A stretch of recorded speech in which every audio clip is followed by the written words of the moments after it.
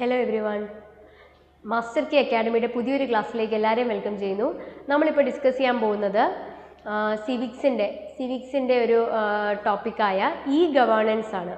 Okay, അതൊരു important ടോപ്പിക്കാണ്. Questions ഒക്കെ സ്ഥിരമായിട്ട് ചോദിക്കുന്ന ഒരു മേഖലയാണ്. നമുക്കപ്പോൾ ഇ ഗവേണൻസ് എന്താണെന്നും അതിൻ്റെ ഡീറ്റെയിൽസും ഒക്കെ നമുക്ക് നോക്കാം. ഓക്കെ, അപ്പോൾ ക്ലാസ് സ്റ്റാർട്ട് ചെയ്യാം. ഇ ഗവേണൻസ് ആണ്.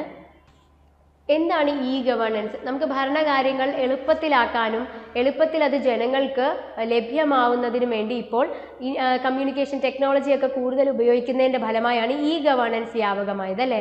ഇപ്പോൾ കൂടുതൽ കമ്പ്യൂട്ടറിലൂടെ നമുക്ക് എല്ലാ വിവരങ്ങളും ലഭിക്കുന്നുണ്ട്. കമ്പ്യൂട്ടറിലൂടെ നമുക്കതെല്ലാം ലഭ്യമാവുകയും പിന്നെ ഗവൺമെൻറ്റിൻ്റെ നയങ്ങളും ഗവൺമെൻറ്റിൻ്റെ പുതിയ പദ്ധതികളൊക്കെ നമുക്ക് അതിലൂടെ മനസ്സിലാക്കാൻ പറ്റുന്നു, ജനങ്ങളിലേക്ക് എത്തിക്കുന്നുണ്ട്. പിന്നെ പല പദ്ധതികളും നമുക്ക് പല കാര്യങ്ങളും ആ ഒരു സമയത്തിൽ ചെയ്തു തീർക്കാൻ ഈ കമ്പ്യൂട്ടർ അധിഷ്ഠിത ടെക്നോളജിയൊക്കെ ഉള്ളത് കാരണം നമുക്ക് നമ്മുടെ സേവനങ്ങൾ നമ്മൾ ആഗ്രഹിക്കുന്ന സമയത്തിൽ തന്നെ നമുക്കത് ചെയ്ത് കിട്ടുന്നു. നമ്മൾക്കറിയാലേ, നമ്മുടെ അവകാശമാണ് നമ്മുടെ സേവനങ്ങൾ. അതൊരു ഔദാര്യമായി കാണാതെ, അപ്പോൾ അതൊരു മടുപ്പ് തോന്നാതെ അത് ചെയ്യാനും സർക്കാർ ഉദ്യോഗസ്ഥരായാലും എല്ലാ ബ്യൂറോക്രാറ്റായാലും നമ്മുടെ ഉദ്യോഗസ്ഥ വൃന്ദം ഈ ടെക്നോളജിയുടെ ഫലമായിട്ട് നമുക്ക് നമ്മുടെ അവകാശമായ നമ്മുടെ സേവനങ്ങൾ നമ്മുടെ കൈകളിൽ നമ്മുടെ ആഗ്രഹിക്കുന്ന സമയബന്ധിതമായി നമുക്ക് ലഭിക്കുന്നതിനുമൊക്കെ കാരണമാവുന്നുണ്ട്. അപ്പോൾ ഈ ഗവേണൻസ് എങ്ങനെയാണ് ഈ ഗവേണൻസ് പ്രായോഗികമാവുന്നത്, ഈ ഗവേണൻസിന് എന്തൊക്കെയാണ് അതിൻ്റെ തലങ്ങൾ, അതെല്ലാം നമുക്ക് നോക്കാം. ഓക്കെ, അപ്പോൾ എന്തായിരുന്നു ഈ ഗവേണൻസ് എന്ന് പറഞ്ഞു കഴിഞ്ഞാൽ ഭരണരംഗത്ത് ഇലക്ട്രോണിക് സാങ്കേതിക വിദ്യയുടെ ഉപയോഗം, അല്ലേ? നമ്മുടെ ഇ ഗവേണൻസ് ഇലക്ട്രോണിക്, അപ്പോൾ നമ്മുടെ ഭരണം നടത്തുന്നതിന് ഇലക്ട്രോണിക് ഉപയോഗം വരുന്നു, അല്ലേ? ഇലക്ട്രോണിക് സാങ്കേതിക വിദ്യ നമ്മൾ ഉപയോഗിച്ച് ഭരണം നടത്തുന്നു. അതിനെയാണ് നമ്മൾ ഇ ഗവേണൻസ് എന്ന് പറയുന്നത്. ഓക്കെ, നമ്മുടെ ഭരണരംഗത്ത് ഇലക്ട്രോണിക് സാങ്കേതിക വിദ്യയുടെ ഉപയോഗത്തിന് നമ്മൾ ഇ ഗവേണൻസ് എന്ന് പറയുന്നു. ഈ ഗവേണൻസിന് ഉദാഹരണങ്ങൾ എന്താണ്? ഇപ്പം നമ്മൾ ഹയർ സെക്കൻഡറി പ്രവേശനത്തിനുള്ള ഏകജാലക അപേക്ഷ, വിവിധ തരം നമ്മളെല്ലാം ഇപ്പോൾ ഓൺലൈനിലൂടെയാണ്, അല്ലേ? നമ്മുടെ PSCക്ക് അപ്ലൈ ചെയ്യുന്നതാണെങ്കിലും റിസൾട്ടുകൾ അറിയുന്നതാണെങ്കിലും എല്ലാം ഓൺലൈനിലൂടെയാണ്. അതൊക്കെയാണ് ഇപ്പോൾ ഒരു അഡ്വാൻസ്മെൻറ്റ്. ഈ ഗവേണൻസിൻ്റെ ഒരു ഉദാഹരണമായിട്ടാണ് നമ്മളിപ്പോൾ ഹയർ സെക്കൻഡറി പരീക്ഷയ്ക്ക് അതിന് അപേക്ഷിക്കുന്നതും ഏകജാലക അപേക്ഷയിലൂടെയാണ്. പിന്നെ വിവിധ തരം നമ്മുടെ ഓൺലൈൻ അപേക്ഷകളുണ്ട്, അല്ലേ? ഓൺലൈൻ അപേക്ഷകളൊക്കെ ഉണ്ട്. ഇനി ഇ ഗവേണൻസ് കൊണ്ട് പൊതുജനങ്ങൾക്കുണ്ടാകാവുന്ന നേട്ടങ്ങൾ എന്തായിരിക്കും? നമ്മൾ ഇ ഗവേണൻസ് കാരണം നമുക്കറിഞ്ഞല്ലേ, പെട്ടെന്ന് നമുക്ക് കാര്യങ്ങൾ ചെയ്ത് കിട്ടുന്നുണ്ട്. അപ്പോൾ ഇ ഗവേണൻസ് കൊണ്ട് ജനങ്ങൾക്കുണ്ടാവുന്ന നേട്ടങ്ങൾ നമുക്കൊന്ന് പരിശോധിക്കാം. എന്താണ്? സേവനത്തിനായി നമ്മൾ പോയി സർക്കാർ ഓഫീസിൽ ഇപ്പോൾ ക്യൂ നിൽക്കേണ്ട ആവശ്യമില്ല. നമുക്ക് നമ്മുടെ വീടുകളിൽ നിന്ന് തന്നെ നമുക്ക് എല്ലാ സേവനങ്ങളും ചെയ്യാം. ഓക്കെ, നമുക്കിപ്പോൾ ഒരു ബില്ല് അടയ്ക്കുന്നതാണെങ്കിലും ശരി, നമുക്ക് നമ്മുടെ കാര്യങ്ങൾ ബാക്കി അപ്ഡേറ്റ് ചെയ്യുന്ന എന്ത് കാര്യങ്ങളാണെങ്കിലും നമുക്ക് എന്ത് കാര്യങ്ങളും നമുക്ക് നമ്മുടെ വീട്ടിലിരുന്നു കൊണ്ട് തന്നെ നമ്മുടെ കമ്പ്യൂട്ടറിൽ നമുക്ക് ചെയ്യാവുന്ന അവസ്ഥയിലോട്ട് എത്തിയിരിക്കുന്നു. പിന്നെ നമ്മുടെ എല്ലാത്തിൻ്റെയും സ്റ്റാറ്റസ് അറിയാനും നമ്മുടെ ഓരോ അപേക്ഷകൾ നമ്മൾ സമർപ്പിച്ചെങ്കിൽ അതെന്തായി, അതെല്ലാം അന്വേഷിക്കാൻ നമുക്ക് നമ്മുടെ വീടുകളിൽ ഇരുന്ന് തന്നെ സാധിക്കുന്നുണ്ട്. അപ്പോൾ നമുക്കൊരു സർക്കാർ ഓഫീസിൽ പോയി നമ്മുടെ സേവനത്തിനായി കാത്തു നിൽക്കേണ്ടി വരുന്നില്ല. വിവര സാങ്കേതിക വിദ്യയുടെ സഹായത്താലുള്ള സേവനം, നമ്മുടെ കൂടുതൽ വിവര സാങ്കേതിക വിദ്യ ഉപയോഗിക്കുന്നുണ്ട്. സർക്കാർ സേവനം കുറഞ്ഞ ചിലവിലും വേഗത്തിലും നമുക്ക് ലഭ്യമാകുന്നു. ഓഫീസുകളുടെ അപ്പം എന്ത് ചെയ്യുന്നു? ഓഫീസുകൾ കൂടുതൽ കാര്യക്ഷമമാകുന്നു. പിന്നെ സേവനത്തിൻ്റെ ഗുണമേന്മയും വർദ്ധിക്കുന്നു. പിന്നെ കേരളത്തിലെ 3 നെറ്റ്വർക്ക്, ഇനിയിപ്പോൾ എത്രത്തോളം ഉണ്ടെന്ന് നോക്കാം. കേരളത്തിൽ തന്നെ 3 നെറ്റ്വർക്ക് ഓപ്പറേറ്റിംഗ് സെൻറ്ററുകളുണ്ട്, 14 ജില്ലാ ഭരണ കേന്ദ്രങ്ങളുണ്ട്. എണ്ണം ഒന്നും പഠിക്കണ്ടെങ്കിലും ഒന്ന് അറിഞ്ഞിരിക്കുക. 152 ബ്ലോക്ക് ഭരണ കേന്ദ്രങ്ങൾ, 61 മിനി പോയിന്റ് ഓഫ് പ്രസൻസ് തുടങ്ങി പരസ്പരം കൂട്ടിയിണക്കുന്ന ഒരു നെറ്റ്വർക്കിംഗ് നെടുന്തൂണാണ് KSWAN, Kerala state wide area network. Okay, നമ്മുടെ ഇ ഗവേണൻസ് നമുക്ക് ലഭ്യമാക്കുന്നത് ഒന്ന് സ്റ്റേറ്റ് ഡേറ്റാ സെൻറ്റർ ഉണ്ട്. ഈ സ്റ്റേറ്റ് ഡേറ്റാ സെൻറ്ററുകളെ തമ്മിൽ ബന്ധിപ്പിക്കുന്നത് KSWAN ഉണ്ട്, Kerala state wide area network ഉണ്ട്. പിന്നെ എന്തുണ്ട്? പിന്നെ കോമൺ സർവീസ് സെൻറ്ററുകളുണ്ട്, CSC ഉണ്ട്. ഇത് മൂന്നുമാണ് നമ്മുടെ ഇ ഗവേണൻസിൻ്റെ ഘടന എന്ന് പറയാൻ. ഇ ഗവേണൻസിൻ്റെ ഘടനയിൽ നമ്മൾ എന്തൊക്കെ പറയാം? ഒന്ന് സ്റ്റേറ്റ് ഡേറ്റാ സെൻറ്ററുകൾ, അവരെ തമ്മിൽ ഘടിപ്പിക്കുന്ന എന്താണ്? KSWAN, Kerala state wide area network. പിന്നെ കോമൺ സർവീസ് സെൻറ്റർ, എല്ലാവരിലേക്കും ഈ സേവനങ്ങൾ നമ്മുടെ അക്ഷയ കേന്ദ്രങ്ങൾ പോലുള്ള അതൊക്കെ കോമൺ സർവീസ് സെൻറ്ററിൽ വരുന്നതാണ്. അപ്പോൾ ഇമ്പോർട്ടൻ്റ് ആണ്. ഘടനയിൽ 3 ഏതൊക്കെയാണ്? State data centre, Kerala state wide area network and common service centre. ഓർത്ത് വെച്ചോളൂ. പിന്നെ നമ്മുടെ ഈ കേരള ഈ ഗവേണൻസിന് വ്യവഹാരങ്ങൾ എങ്ങനെയൊക്കെ വരുന്നു അതൊന്ന് നോട്ട് ചെയ്തോളൂ. എങ്ങനെയൊക്കെയാണ് വ്യവഹാരങ്ങൾ വരുന്നത്? ഒന്ന് G2B. ഓക്കെ, ഗവൺമെൻറ് ബിസിനസ്സിനോട്ട് അല്ലെ, ബിസിനസ്സിന് നമുക്ക് ഈ ഗവേണൻസ് ചെയ്യുന്നുണ്ട് അല്ലെ. ഈ ഗവേണൻസിൽ നമുക്ക് ഈ എന്താണ് ഈ ഇലക്ട്രിക് കമ്പ്യൂട്ടർ സാങ്കേതിക വിദ്യ ബിസിനസ് രംഗത്തും ഉപയോഗിക്കുന്നുണ്ട്. അപ്പോൾ അതിനും അതിൻ്റെതായ സാങ്കേതിക വശങ്ങളും അതിൻ്റെതായ വികസനങ്ങളും ഉണ്ടാവുന്നുണ്ട്. G2B ഉണ്ട്, പിന്നെ G2C ഉണ്ട്, G2E ഉണ്ട്, പിന്നെ എന്താണ് G2G ഉണ്ട്. ഗവൺമെൻറ് വ്യവഹാരമുണ്ട്, ഗവൺമെൻറ് ടു ബിസിനസ് ഉണ്ട്, പിന്നെ ഗവൺമെൻറ് ടു കസ്റ്റമർ ഉണ്ട്, പിന്നെ ഗവൺമെൻറ് ടു എംപ്ലോയി ഉണ്ട്. ഓക്കെ, അങ്ങനെ പല വ്യവഹാരങ്ങൾ നമുക്ക് പറയാം. അപ്പോൾ സ്വാൻ പറഞ്ഞു. അപ്പോൾ വ്യവഹാരങ്ങൾ നോട്ട് ചെയ്ത് വെച്ചോളൂ. ഈ ഗവേണൻസിൻ്റെ ഘടന state data centre, swan and common service centre. അപ്പോൾ ഈ സ്വാൻ എന്ന് പറഞ്ഞാൽ എന്താണ്? ഈ എല്ലാത്തിനെയും കൂട്ടിയിണക്കുന്ന ഒരു നെറ്റ്വർക്കാണ് അല്ലേ. മൊത്തം കേരള സ്റ്റേറ്റിലെ പലതരം സെൻറ്ററുകളെ കൂട്ടിയിണക്കുന്ന ഡേറ്റാ സെൻറ്ററിനെ നമ്മൾ Kerala state wide area network എന്ന് പറയുന്നു. വിവിധ സർക്കാർ വകുപ്പുകൾ നൽകി വരുന്ന എല്ലാ സേവനങ്ങളും ഒറ്റ പോർട്ടലിലൂടെ നടപ്പാക്കുന്നതാണ് നമ്മുടെ സ്റ്റേറ്റ് പോർട്ടൽ. നമുക്ക് എല്ലാത്തിനും പല പല പോർട്ടലാണെങ്കിൽ ബുദ്ധിമുട്ടല്ലേ. ഇത് നമ്മുടെ സർക്കാർ തരുന്ന എല്ലാ സേവനങ്ങളും നമ്മുടെ സർക്കാരിൻ്റെ ഒറ്റ സ്റ്റേറ്റ് പോർട്ടലിലൂടെ നമുക്ക് ലഭ്യമാവുന്നതായിരിക്കും. ഇനി നമ്മൾ എന്താണ് ഉമംഗ് എന്ന് പറഞ്ഞാൽ എന്താണ് ചോദിച്ചതാണ്. ഉമംഗ് എന്ന് പറഞ്ഞാൽ ആദ്യം നാഷണൽ ഇ ഗവേണൻസ് പ്ലാൻ ഉണ്ട്. നാഷണൽ ഇ ഗവേണൻസ് പ്ലാൻ കേന്ദ്ര സർക്കാർ അംഗീകാരം നൽകിയത്. അപ്പോൾ നാഷണൽ ഇ ഗവേണൻസ് പ്ലാനിന് കേന്ദ്ര സർക്കാർ അംഗീകാരം നൽകിയത് എന്നാണ്? 2006 മെയ് 18. പഠിച്ചു വെച്ചോളൂ. 2006 2006 ആലോചിച്ച് വയ്ക്കുക. ഓക്കെ, ഇനി നമ്മൾ നാഷണൽ ഇ ഗവേണൻസിൻ്റെ ഭാഗമായിട്ട് നാഷണൽ ഇ ഗവേണൻസ് പ്ലാനിൻ്റെ ഭാഗമായിട്ട് മൊബൈൽ ഗവേണൻസിനായി ആരംഭിച്ച മൊബൈലിലുള്ള ആപ്ലിക്കേഷനാണ് ഈ Umang. National E governance plan 2006 നിലവിൽ വന്നു. അത് പ്രകാരം ഉണ്ടായിരുന്ന ഒരു മൊബൈൽ ആപ്പാണ് unified mobile application for new age governance. അതാണ് ഉമംഗ്. ഉമംഗ് മനസ്സിലായോ?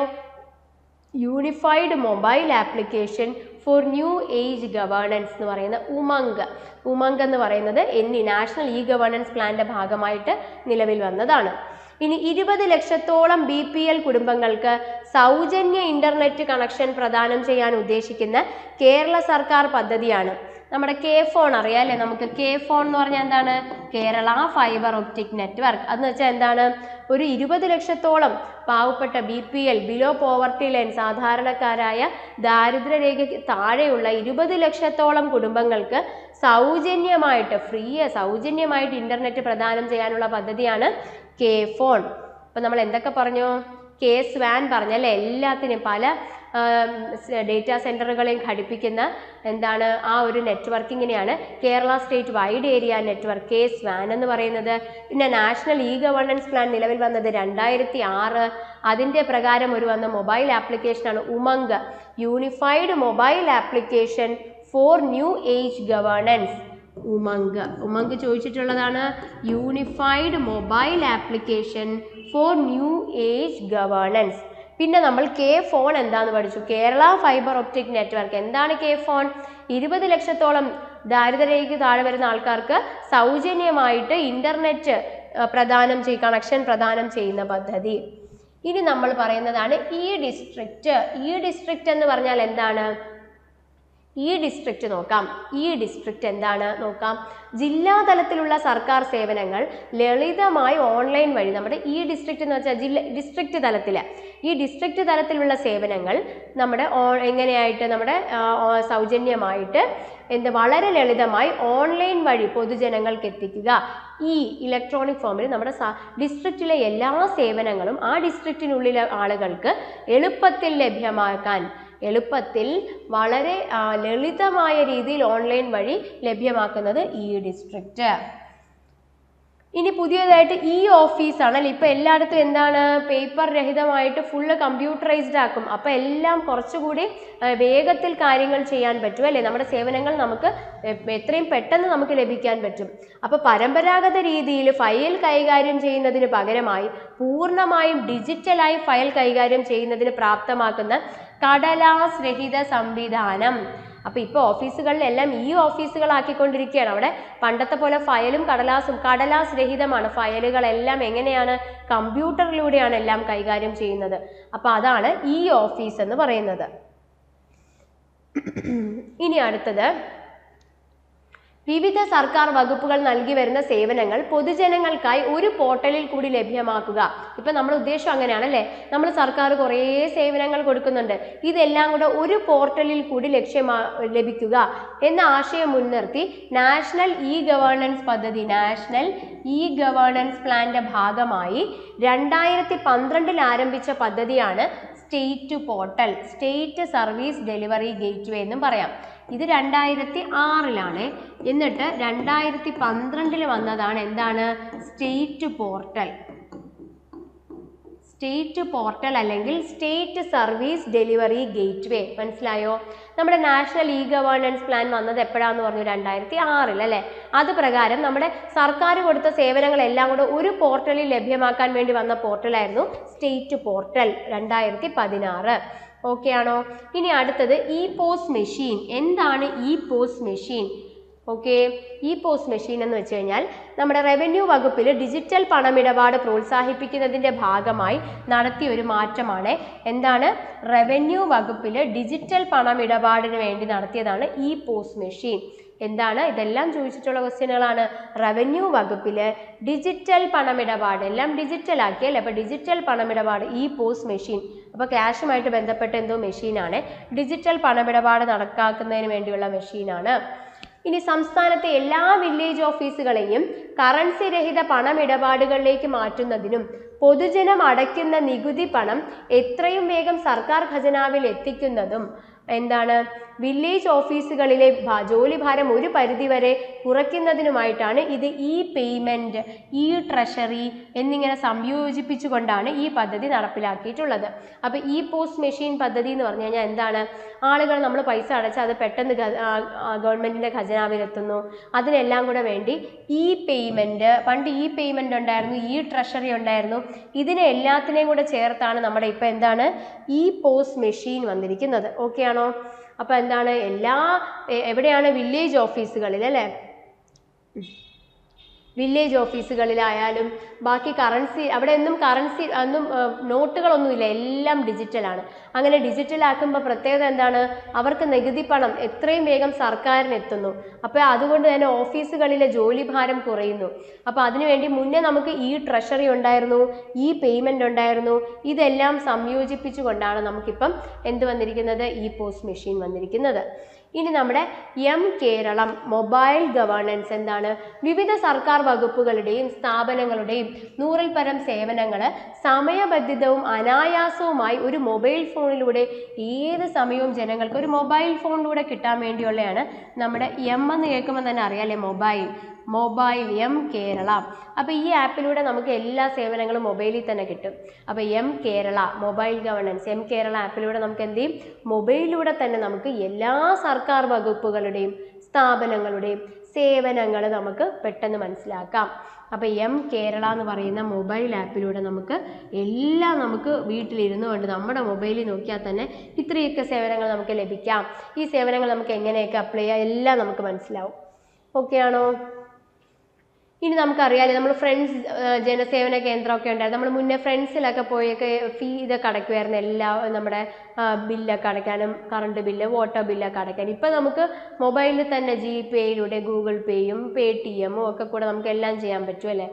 മുന്നേയൊക്കെ വിവര സാങ്കേതിക വിദ്യയുടെ പ്രയോജനം സാധാരണ ജനങ്ങൾക്ക് ലഭ്യമാക്കുക എന്ന ലക്ഷ്യത്തോടെ 2000 കേരള സർക്കാർ IT മിഷന്റെ കീഴിൽ ആരംഭിച്ച ഏകജാലക സംവിധാനമാണ് ഫ്രണ്ട്സ് ജനസേവന കേന്ദ്രം.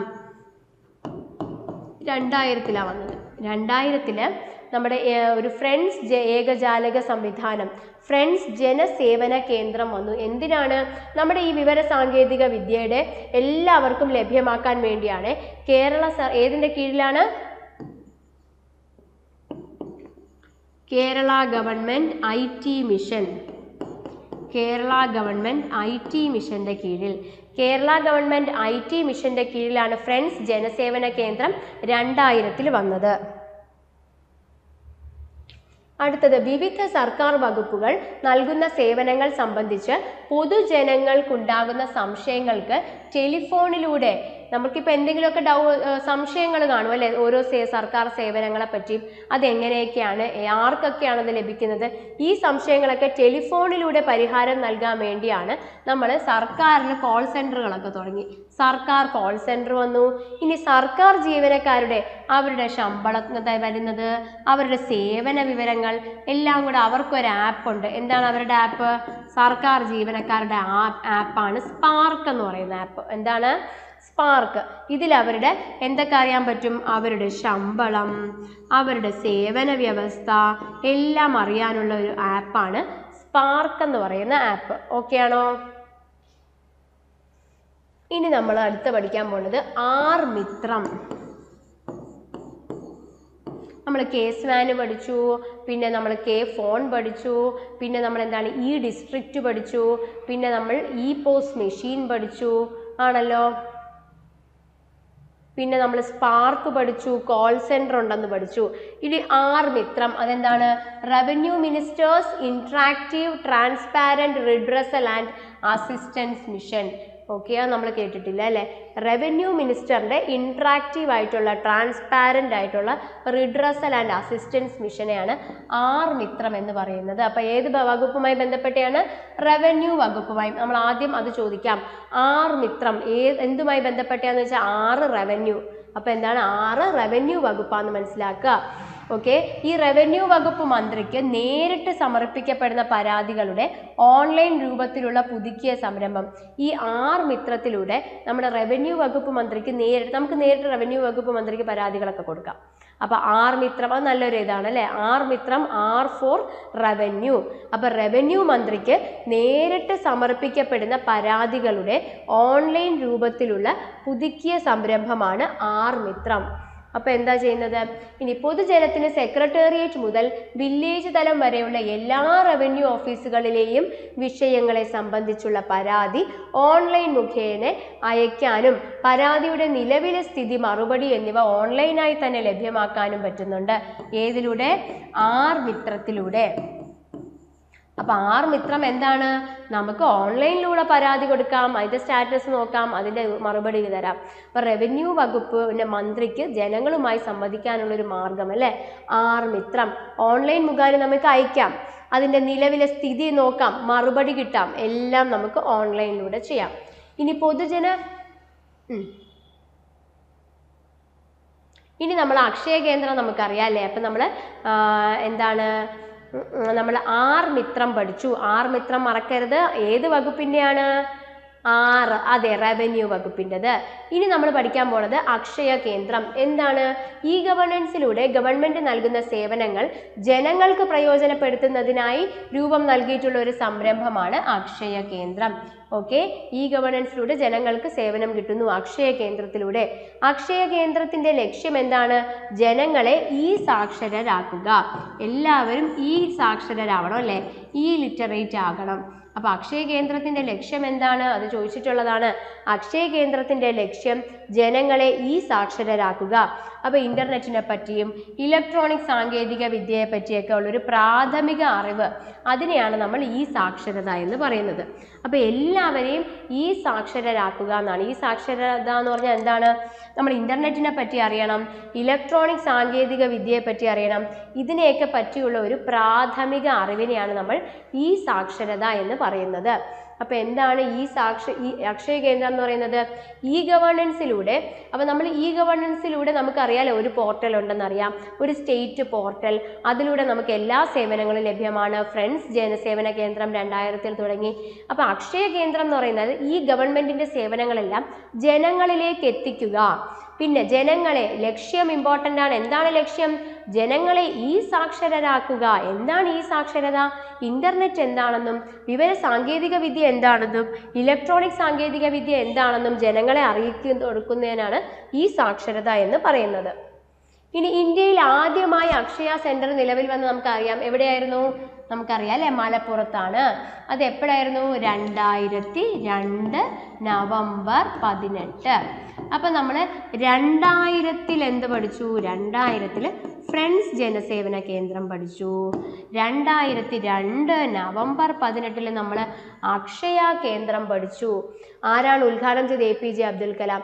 സ്വകാര്യ പൊതു പങ്കാളിത്ത മാതൃകയിലാണ് അക്ഷയ കേന്ദ്രം പ്രവർത്തിക്കുന്നത് അല്ലെ. സ്വകാര്യ പൊതു പങ്കാളിത്ത മാതൃകയിലാണ് അക്ഷയ കേന്ദ്രം. അക്ഷയ കേന്ദ്രത്തിന്റെ ലക്ഷ്യം എന്തെന്ന് നമ്മൾ പഠിച്ചു? ജനങ്ങളെ ഈ സാക്ഷരരാക്കുക. ക്ലിയർ ആണല്ലോ? അത് നമ്മൾ പഠിച്ചു. 2002 നവംബർ 18 നമ്മൾ പഠിച്ചു. പിന്നെ നമ്മൾ എന്താണ്? പിന്നെ മലപ്പുറം ജില്ലയിലാണ് ആദ്യമായി അത് വന്നത്. അബ്ദുൽ കലാം, APJ അബ്ദുൽ കലാം ഉദ്ഘാടനം ചെയ്തു. പിന്നെ സ്വകാര്യ പങ്കാളിത്തം, പൊതു പങ്കാളിത്ത മാതൃകയിലാണ് അക്ഷയ കേന്ദ്രങ്ങൾ പ്രവർത്തിക്കുന്നതെന്ന് പഠിച്ചു. സുതാര്യവും ചുറുചുറുക്കുമുള്ള ഗവൺമെന്റ് പദ്ധതി, എല്ലാവരിലും സുരക്ഷിതവും വേഗത്തിലും ഡിപ്പാർട്ട്മെന്റ് തലത്തിലുള്ള തടസ്സങ്ങൾ ഇല്ലാതെയും എത്തുന്ന വിവരങ്ങൾ എല്ലാ പൗരന്മാർക്കും യാതൊരു പക്ഷഭേദവും ഇല്ലാതെ വ്യക്തമായ സേവനം ലഭ്യമാക്കുന്ന പദ്ധതി എന്ന് ഈ ഗവേണൻസിനെ കുറിച്ച് അഭിപ്രായപ്പെട്ടത് നമ്മുടെ APJ അബ്ദുൽ കലാം. എന്താ പറഞ്ഞത് ഈ ഗവേണൻസിനെ പറ്റി? APJ അബ്ദുൽ കലാം ഈ ഗവേണൻസിനെ പറ്റി പറഞ്ഞു നോക്കിയേ. അതൊരു സുതാര്യവും ചുറുചുറുക്കുമുള്ള പദ്ധതിയാണ്. നമ്മുടെ എല്ലാവരിലേക്കും എത്രയും പെട്ടെന്ന് സുരക്ഷിതമായി ഒരു തടസ്സവുമില്ലാതെ എല്ലാ വിവരങ്ങളും എല്ലാ പൗരന്മാരിലും എത്രയും പെട്ടെന്ന് എത്തിക്കുന്ന പദ്ധതി, അതാണ് നമ്മുടെ ഈ ഗവേണൻസ് എന്ന് ആരാ പറഞ്ഞത്? അബ്ദുൽ കലാം. ഇനി ഈ ഗവേണൻസിന്റെ കുറേ സോഫ്റ്റ്വെയർ ഉണ്ട്. ഇത് സ്ഥിരമായി ചോദിക്കുന്നതാണ്, നമ്മൾ പഠിക്കണം. എന്താണ്? പദ്ധതി രൂപീകരണം. ആദ്യം സുലേഖ നോക്കാവേ. സുലേഖ ഇത് ചോദിച്ചിരുന്നു ഒരു പ്രാവശ്യം. സുലേഖ എന്ന് പറഞ്ഞാൽ എന്താ? പദ്ധതി രൂപീകരണം, അംഗീകാരം, പദ്ധതി നിർവഹണം, പദ്ധതി പുരോഗതി രേഖപ്പെടുത്തൽ എന്നിവയ്ക്കുള്ള സോഫ്റ്റ്വെയർ. അപ്പോൾ സുലേഖ എന്ന് പറയുന്ന ഒരു ലേഡി ആയിട്ട് ആലോചിക്കുക. വീടുകളിലെ കാര്യങ്ങളെല്ലാം തീരുമാനിക്കുന്നതല്ലേ. അപ്പോൾ പദ്ധതികളൊക്കെ എന്ത് ചെയ്യുന്നു? പദ്ധതിയൊക്കെ ഉണ്ടാക്കുന്നു നമ്മുടെ വീട്ടിലും. പിന്നെ അത് അംഗീകരിക്കുന്നു, അത് നിർവഹിക്കുന്നു, അതിൻ്റെ പുരോഗതി രേഖപ്പെടുത്തുന്നു. അപ്പോൾ അത് കേട്ടാൽ കിട്ടുമല്ലോ അല്ലേ. അങ്ങനെ എല്ലാം നമ്മുടെ പ്ലാനിങ് അതൊക്കെ നടത്തുന്ന ആരാണ്? സുലേഖ. അപ്പോൾ ആ സോഫ്റ്റ്വെയറിൻ്റെ പേര് സുലേഖ എന്നാണ്, ഓർത്തു വയ്ക്കുക. അടുത്തത് സോഫ്റ്റ്വെയറിൻ്റെ പേരാണ് സേവന. സുലേഖ മനസ്സിലായി അല്ലേ? പദ്ധതി രൂപീകരണം, നിർവഹണം, അതിൻ്റെ എല്ലാം ചെയ്യുന്നത് അല്ലേ, പുരോഗതി രേഖപ്പെടുത്തുന്നതും. സേവനം എന്താണ്? ജനന മരണ വിവാഹ രജിസ്ട്രേഷനുകൾ നടത്താൻ, സർട്ടിഫിക്കറ്റ് നൽകുന്നതിനും. ഓക്കെ, സേവനം എന്താണ്? സേവനം? ജനന മരണ വിവാഹ രജിസ്ട്രേഷൻ അതെല്ലാം നടത്തുന്നതിനും അതിൻ്റെ സർട്ടിഫിക്കറ്റ് നൽകുന്നതിനുമുള്ള സോഫ്റ്റ്വെയർ, അതാണ് സേവന സോഫ്റ്റ്വെയർ. അത് തന്നെ സേവന തന്നെ വേറെ സേവനം ഇങ്ങനത്തെ ജനന മരണ വിവാഹ രജിസ്ട്രേഷൻ അതിൻ്റെ സർട്ടിഫിക്കറ്റ് മാത്രമല്ല, ഇനി പെൻഷൻ്റെ ഒന്നുണ്ട്. അതെന്താന്ന് നോക്കിയാൽ സേവന പെൻഷൻ ഉണ്ട്. അത് സാമൂഹ്യ സുരക്ഷാ പെൻഷനുകൾ, വിവിധ സാമൂഹ്യ സുരക്ഷാ പദ്ധതികൾ എന്നിവ വഴി അവശ്യ വിഭാഗത്തിന് സഹായം എത്തിക്കുന്നതിന് സുതാര്യവും കാര്യക്ഷമവുമായ പ്രവർത്തനത്തിനുള്ള സോഫ്റ്റ്വെയർ. രണ്ട് സേവനം പഠിച്ചല്ലേ? ജനന മരണ വിവാഹ രജിസ്ട്രേഷനുകൾക്ക് ഒരു സേവനമുണ്ട്, പിന്നെ പെൻഷൻ പദ്ധതിക്ക് ഒരു സേവന പെൻഷൻ ഉണ്ട്. പിന്നെ നമ്മുടെ സുലേഖ പഠിച്ചു, പദ്ധതി നടത്തിപ്പ്, നിർവഹണം, പുരോഗതി നോക്കുന്നത് സുലേഖ. ഇനി അടുത്ത സഞ്ജയ, വസ്തു നികുതി, തൊഴിൽ നികുതി, D&O, PFA ലൈസൻസ്, പിന്നെ റെന്റ് ഓൺ ലാൻഡ്, ബിൽഡിംഗ് തുടങ്ങിയ റവന്യൂ സംവിധാനം കൈകാര്യം ചെയ്യുന്നതിനുള്ള സോഫ്റ്റ്വെയർ. എന്താണ്? നികുതികളൊക്കെ അല്ലേ. അപ്പോൾ നമ്മൾ റവന്യൂ നികുതി, തൊഴിൽ നികുതി, അങ്ങനത്തെ ഈ ടാക്സ് നികുതി അതൊക്കെ നമ്മൾ സഞ്ചിയിലിട്ടെന്ന് പോലെ ആലോചിച്ചാൽ മതി. ടാക്സുകൾ എന്തൊക്കെയാണ്? സഞ്ജയ ചോദിച്ചിട്ടുണ്ട്. സഞ്ജയ എന്ന് പറഞ്ഞാൽ എന്തൊക്കെയാണ്? നികുതികളെ, വസ്തുവിൻ്റെ നികുതി, തൊഴിൽ നികുതി, PFA, rent on land, building, അങ്ങനത്തെ സാധനങ്ങളെല്ലാം കൈകാര്യം ചെയ്യുന്ന. അപ്പം അങ്ങനത്തെ സംഭവം ഈ ടാക്സ്, നമ്മുടെ റെന്റ്, ബിൽഡിംഗ് അങ്ങനത്തെ സംഭവങ്ങളെല്ലാം കൈകാര്യം ചെയ്യുന്നതിനുള്ള ഒരു റവന്യൂ സംവിധാനം കൈകാര്യം ചെയ്യുന്നതിനുള്ള ഒരു സോഫ്റ്റ്വെയർ ആണ് സഞ്ജയ സോഫ്റ്റ്വെയർ. ഇനി നമ്മൾ പഠിക്കാൻ പോകുന്നത് സങ്കേതം. നമ്മൾ ആദ്യം സുലേഖ പഠിച്ചു, പിന്നെ നമ്മൾ ഏതാ പഠിച്ചത്? സുലേഖ സോഫ്റ്റ്വെയർ പഠിച്ചു നമ്മൾ. അത് കഴിഞ്ഞ് പെൻഷൻ്റെ പഠിച്ചത് അല്ലേ, സേവന പഠിച്ചു, സുലേഖ പഠിച്ചു, പിന്നെ സേവന. സുലേഖ എന്തായിരുന്നു? പദ്ധതി രൂപീകരണം, അംഗീകാരം, പദ്ധതി പുരോഗതി രേഖപ്പെടുത്തൽ സുലേഖ. സേവന എന്താണ്? ജനന മരണ വിവാഹ രജിസ്ട്രേഷനുകൾ, അതിന് നമ്മൾ സേവന. പിന്നെ പെൻഷൻ പദ്ധതി സേവന. സഞ്ചയ റവന്യൂ അല്ലെ, റവന്യൂ തലത്തിലെ കൈകാര്യം ചെയ്യുന്നതിന് നികുതി, റെന്റ്, ബിൽഡിംഗ് അതൊക്കെ. ഇനി സങ്കേതം. സങ്കേതം എന്ന് പറഞ്ഞാൽ തന്നെ നമുക്കൊരു താമസിക്കുന്ന സങ്കേതം അല്ലെ. അപ്പൊ കെട്ടിടം, കെട്ടിട നിർമ്മാണ പെർമിറ്റ് അനുവദിക്കുന്ന സോഫ്റ്റ്വെയർ. സങ്കേതം, കെട്ടിടം, കെട്ടിട നിർമ്മാണ പെർമിറ്റ് അനുവദിക്കുന്നത്. അപ്പൊ സങ്കേതം മറക്കില്ലല്ലോ, സങ്കേതം എന്ന് ആലോചിക്കുമ്പോൾ കെട്ടിട നിർമ്മാണ പെർമിറ്റ് അനുവദിപ്പിക്കുന്നതിനുള്ള സോഫ്റ്റ്വെയർ സങ്കേതം. ഇനി അടുത്തത് സകർമ്മ. സകർമ്മ. സുലേഖ പഠിച്ചു, സേവന പഠിച്ചു, സേവനയുടെ പെൻഷൻ പദ്ധതി പഠിച്ചു, സഞ്ചയ പഠിച്ചു, പിന്നെ നമ്മൾ സങ്കേതം പഠിച്ചു. സകർമ്മ. സകർമ്മ എന്താണ്? തദ്ദേശ സ്വയംഭരണ സ്ഥാപനങ്ങൾ യോഗ തീരുമാനങ്ങളുടെയും മിനിറ്റ്സും രേഖപ്പെടുത്തുന്നതിനായി വികസിപ്പിച്ചെടുത്ത്. എവിടെയാണ് സകർമ്മയുള്ളത്? സകർമ്മ നമ്മുടെ തദ്ദേശ സ്വയംഭരണ സ്ഥാപനങ്ങൾ. ഏതാണ്? തദ്ദേശ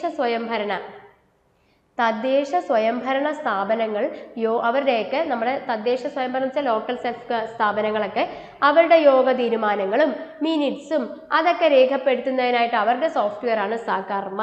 അപ്പൊ സകർമ്മ എന്ന് പറയുന്ന സോഫ്റ്റ്വെയർ തദ്ദേശ ഭരണ സ്ഥാപനങ്ങൾ അവരുടെ യോഗ തീരുമാനങ്ങളും മിനിറ്റ്സും രേഖപ്പെടുത്തുന്നതിനുള്ള സോഫ്റ്റ്വെയർ ആണ് സകർമ്മ. അത് നമുക്ക് ഓർക്കാൻ ഇത്തിരി ബുദ്ധിമുട്ടുള്ള അല്ലേ. നമ്മുടെ സുലേഖ ആലോചിക്കാൻ പറ്റി. പദ്ധതി രൂപീകരണം, നിർവഹണം, പദ്ധതിയുടെ പുരോഗതി രേഖപ്പെടുത്തൽ, സേവന, ജനന മരണ വിവാഹ രജിസ്ട്രേഷനുകൾ അത് അപേക്ഷിക്കുന്നതിനും സർട്ടിഫിക്കറ്റ് സ്വീകരിക്കുന്നതിനും, പിന്നെ പെൻഷൻ ഉണ്ട് സേവന, പിന്നെ സഞ്ചയ റവന്യൂ ഇതിൻ്റെ അല്ലേ, നമ്മുടെ നികുതി, ഭൂനികുതി, വസ്തുനികുതി അതെല്ലാം സഞ്ചയ. സങ്കേതം കെട്ടിട പെർമിറ്റ് അത് ലഭിക്കുന്നതിനുള്ളത് സങ്കേതം. പിന്നെ നമ്മൾ സകർമ്മയായി ഇത്തിരി പാടുള്ളത്. സകർമ്മ എന്ന് കേൾക്കുമ്പം തദ്ദേശ ഭരണ സ്ഥാപനങ്ങൾ അല്ലെ, സകർമ്മ തദ്ദേശ സ്വയംഭരണ സ്ഥാപനങ്ങൾ അവരുടെ യോഗ തീരുമാനങ്ങൾ രേഖപ്പെടുത്തുന്നതിനും അവരുടെ മിനിറ്റ്സ് ഇതൊക്കെ വേണ്ടി അവരുടെ ഉണ്ടാക്കിയ സോഫ്റ്റ്വെയർ ആണ് സകർമ്മ തദ്ദേശ സ്വയംഭരണ സ്ഥാപനങ്ങൾ. സകർമ്മ തദ്ദേശ സ്വയംഭരണ സ്ഥാപനങ്ങൾ. സകർമ്മ തദ്ദേശ സ്വയംഭരണ സ്ഥാപനങ്ങൾ അവരുടെ യോഗ തീരുമാനങ്ങൾ മിനിറ്റ്സ് രേഖപ്പെടുത്താനുള്ളത് സകർമ്മ. ഇനി സുഗമ എന്താണ്? PWDയുടെ ആണ്. പൊതുമരാമത്ത് പ്രവർത്തികളുടെ എസ്റ്റിമേറ്റ് തയ്യാറാക്കുന്നതിനുള്ള സോഫ്റ്റ്വെയർ. സുഗമമായിട്ട് ട്രാവൽ ചെയ്യുന്നു. സുഗമ എന്താണ്? സുഗമ പൊതുമരാമത്ത്, PWD വകുപ്പ് ആലോചിക്കുക. പൊതുമരാമത്ത് പ്രവർത്തനം നടക്കൂലേ, അതിൻ്റെ എസ്റ്റിമേറ്റ് തയ്യാറാക്കുന്നത് സുഗമ. ഇനി സചിത്ര. അപ്പൊ എന്തോ ചിത്രമാണല്ലേ, ഭൂപടം എന്ന് ആലോചിക്കുക. തദ്ദേശ ഭരണ സ്ഥാപനങ്ങളുടെ കഡസ്ട്രൽ ഭൂപടം, വാർഡ് ഭൂപടം എന്നിവയടങ്ങിയ ഭൂപട വ്യൂഹം. എന്തൊക്കെയോ നമ്മുടെ പിക്ചേഴ്സ് ഉണ്ടാക്കാനുള്ളതാണ് ചിത്രങ്ങൾ. അത് ഭൂപടങ്ങളാണ്. ആരുടെ ഭൂപടങ്ങൾ? തദ്ദേശ സ്വയംഭരണ സ്ഥാപനങ്ങളുടെ. നമ്മൾ നേരത്തെ തദ്ദേശ സ്വയംഭരണ സ്ഥാപനങ്ങളുടെ എന്താ പറഞ്ഞത്? അപ്പൊ സചിത്രയും ഉണ്ട്, സകർമ്മയും ഉണ്ട്. സചിത്രയും സകർമ്മയും എന്താണ്? രണ്ടും തദ്ദേശ സ്വയംഭരണ സ്ഥാപനങ്ങളുടെയാണ്. ചിത്രയും സകർമ്മയും. ഓക്കെയാണ്. സുഗമ പറഞ്ഞു. സുഗമ എന്താണ്? പൊതുമരാമത്ത് വകുപ്പ് അല്ലെ, അതിൻ്റെ പ്രവർത്തനങ്ങളുടെ എസ്റ്റിമേറ്റ് തയ്യാറാക്കാനായിട്ട്. ഇനി നമ്മൾ ഏതാണ്? ഇനി നമ്മുടെ സൂചിക. സകർമ്മ പറഞ്ഞു, പിന്നെ നമ്മൾ സചിത്ര പറഞ്ഞു. അടുത്തത് തദ്ദേശ സ്വയംഭരണ സ്ഥാപനങ്ങളിലെ ഫ്രണ്ട് ഓഫീസ് സംവിധാനം വഴി ലഭ്യമാക്കുന്നതും ഓഫീസിനകത്ത് തീർപ്പ് കർപ്പിക്കുന്നതുമായ ഫയലുകളുടെ നീക്കങ്ങൾ രേഖപ്പെടുത്തുന്നതിനും മോണിറ്റർ ചെയ്യുന്നതിനും ടച്ച് സ്ക്രീൻ സംവിധാനത്തിലൂടെ ഫയലുകളുടെ നിജസ്ഥിതി പൊതുജനങ്ങൾക്ക് അറിയുന്നതിനും വേണ്ടിയുള്ള സോഫ്റ്റ്വെയർ ആണ് സൂചിക. അതും തദ്ദേശം തന്നെ. സൂചിക പറഞ്ഞു, സചിത്ര പറഞ്ഞു, പിന്നെ സകർമ്മ പറഞ്ഞു. ഇത് മൂന്നും ആരുടെയാണ്? നമ്മുടെ തദ്ദേശ സ്ഥാപനങ്ങളുടെയാണ് അല്ലേ. സകർമ്മ എന്താ പറഞ്ഞത്? ഈ തദ്ദേശ സ്വയംഭരണ സ്ഥാപനങ്ങൾ അവരുടെ യോഗ തീരുമാനങ്ങളും മിനിറ്റ്സും രേഖപ്പെടുത്തുന്നതിനുള്ള സോഫ്റ്റ്വെയർ ആയിരുന്നു സകർമ്മ. സചിത്ര തദ്ദേശ സ്വയംഭരണ സ്ഥാപനങ്ങൾ നമ്മുടെ കഡസ്ട്രൽ ഭൂപടം അല്ലാതെ ഭൂപടങ്ങൾ നിർമ്മിക്കുന്നതിനുള്ള ഭൂപട വ്യൂഹങ്ങൾ അടങ്ങിയതാണ്. ഏതാണ്? സചിത്ര. ചിത്രം എന്ന് അറിയിക്കുമ്പോൾ കിട്ടും. ഇനി സൂചിക നമുക്ക് കിട്ടില്ല. സൂചിക എന്താണ് സൂചിക?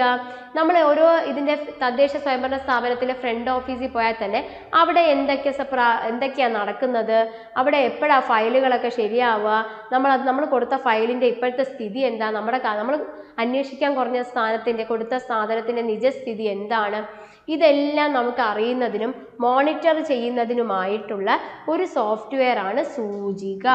ഇമ്പോർട്ടൻ്റ് ആണ്. സൂചിക, സചിത്ര, സകർമ്മ. സൂചിക, സചിത്ര, സകർമ്മ. സങ്കേതം അറിയാലോ, ബിൽഡിംഗ് പെർമിറ്റ് അല്ലേ, അത് അനുവദിക്കുന്നതിനുള്ള സങ്കേതം. സഞ്ചയ, റവന്യൂ വകുപ്പുമായി ബന്ധപ്പെട്ടതല്ലേ, സഞ്ചയ. പിന്നെ നമ്മൾ എന്തായിരുന്നു, സേവന, പെൻഷൻ്റെതുമുണ്ട്, ജനവിവാഹ മരണ സർട്ടിഫിക്കേഷൻ അതിനുണ്ട്. ഓക്കെയാണ്. പിന്നെ സുലേഖ, പദ്ധതി രൂപീകരണം, നിർവഹണം, പദ്ധതി പുരോഗതി നിർണയം. സുലേഖ, സേവന പെൻഷൻ്റെത്. പിന്നെ നമ്മൾ സചിത്ര, സകർമ്മ, സൂചിക. പിന്നെ നമ്മൾ സഞ്ചയ പഠിച്ചു, സങ്കേതം പഠിച്ചു.